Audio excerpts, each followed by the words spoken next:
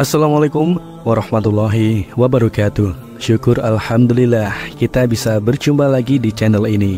Harapan dan doa saya semoga saudaraku semuanya selalu diberikan kesehatan, dilapangkan rezekinya, diampuni dosa-dosanya dan dimasukkan ke dalam surga. Amin ya rabbal alamin. Sahabat beriman, tak ada kebahagiaan yang paling diimpikan oleh manusia selain dicintai oleh penciptanya, Allah Subhanahu wa Ta'ala. Berbagai cara dan upaya kita lakukan supaya bisa mendapatkan ridho dari Allah Subhanahu wa Ta'ala, baik itu dalam ibadah, aktivitas, bahkan dalam hendak tidur pun kita selalu ingin mencari ridho Allah Subhanahu wa Ta'ala. Hal tersebut kita lakukan semata-mata untuk bisa mendapatkan perhatian dari Sang Pencipta. Karena keutamaan kita dicintai Allah Subhanahu wa Ta'ala, insya Allah kita akan mendapatkan kenikmatan di dunia, terlebih lagi kenikmatan di akhirat.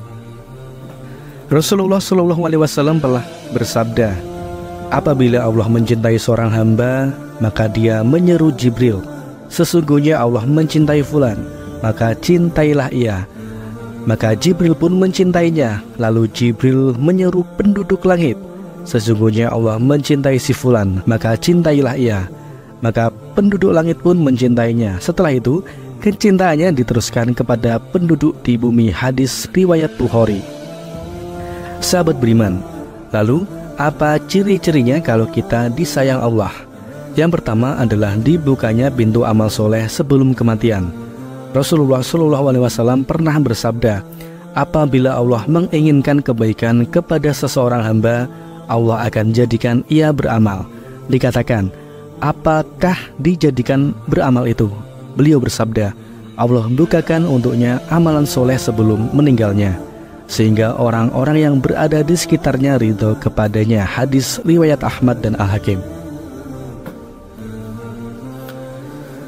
Dari hadis tersebut sudah jelas dikatakan bahwa Allah menghendaki kebaikan kepada hambanya, maka Allah akan menjadikan hamba tersebut beramal soleh sebelum wafatnya dan menjadikan hamba tersebut senantiasa bertaubat kepada Allah Subhanahu wa Ta'ala atas segala kesalahannya dalam setiap nafasnya, sehingga ketika hamba yang dikehendaki Allah tersebut meninggal dunia, maka ia meninggal dalam keadaan husnul khotimah dan diampuni segala dosa-dosa yang ia kerjakan semasa hidupnya di dunia.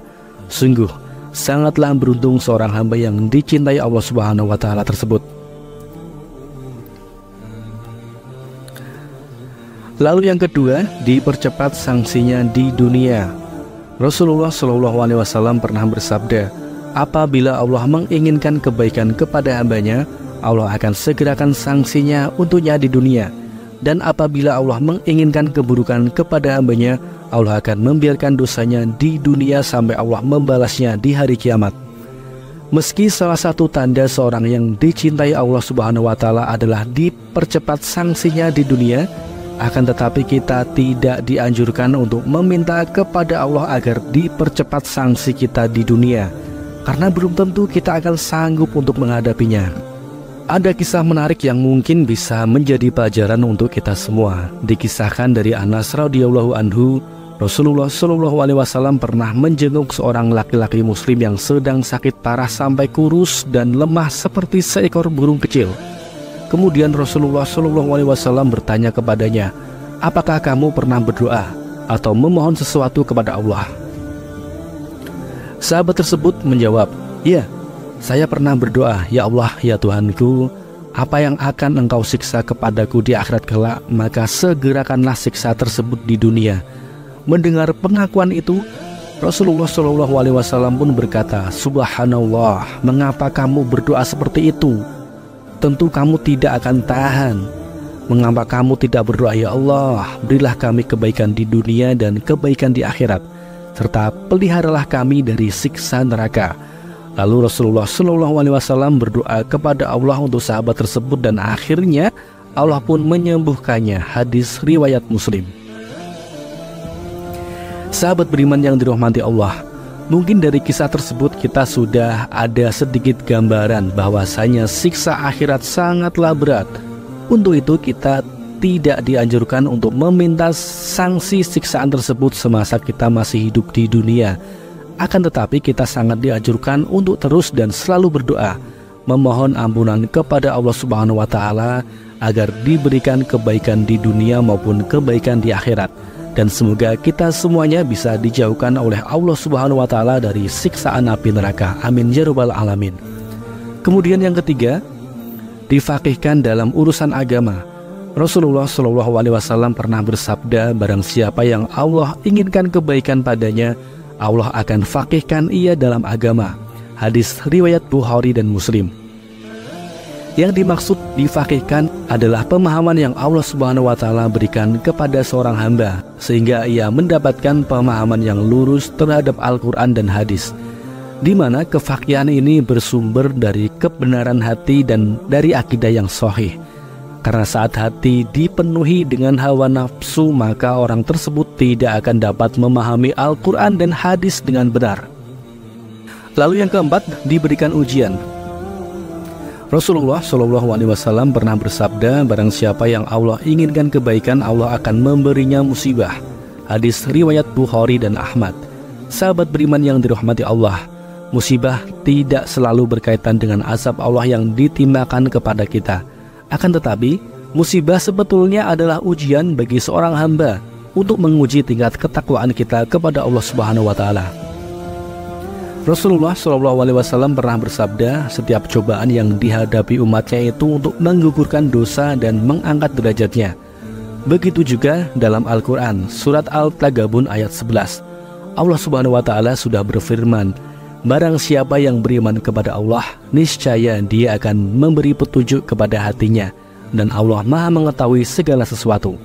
Dalam ayat tersebut sudah jelas dikatakan bahwa semua ujian datangnya dari Allah Subhanahu wa Ta'ala, dan bagi siapapun yang berserah diri ketika mendapatkan ujian dari Allah, maka Allah akan memberikan petunjuk kepada hati yang sedang diuji supaya mendapatkan kebaikan dari suatu ujian tersebut. Untuk itu, apabila kita sedang diuji dengan pangkat atau jabatan rendah, hatilah atau tawadu, supaya kita terhindar dari kesombongan. Apabila kita sedang diuji dengan rezeki atau harta kekayaan, hendaknya kita semakin rajin untuk bersedekah dan membantu orang yang sedang dalam kesusahan. Dan apabila kita sedang diuji dengan umur yang panjang, maka hendaknya kita gunakan sisa umur tersebut untuk selalu berbuat kebaikan, memperbaiki amal perbuatan, dan terus memohon ampunan kepada Allah Subhanahu wa Ta'ala. Insya Allah dengan cara seperti ini kita bisa menjadi manusia yang dicintai Allah Subhanahu wa Ta'ala. Amin ya rabbal alamin. Kemudian yang kelima, diberikan kesabaran. Dalam hal ini pun Rasulullah SAW pernah bersabda, tidaklah seorang diberikan dengan sesuatu yang lebih baik dan lebih luas dari kesabaran. Hadis riwayat Bukhari dan Muslim. Seperti yang kita tahu, kesabaran dalam keimanan bagaikan kepala dengan badan, yang artinya keduanya itu saling melengkapi. Begitupun juga dengan iman seseorang. Iman tak akan hidup dalam diri kita kalau tanpa dibarengi dengan kesabaran. Dan untuk bisa menjalankan perintah Allah serta menjauhi setiap larangannya, iman dan kesabaran sangatlah diperlukan. Karena iblis dan bala tentaranya tak akan pernah diam untuk menyesatkan manusia dari jalan Allah. Untuk itu mari kita semua berdoa, semoga kita semua menjadi salah satu di antara hamba-hamba yang dicintai Allah Subhanahu wa Ta'ala. Amin ya rabbal alamin.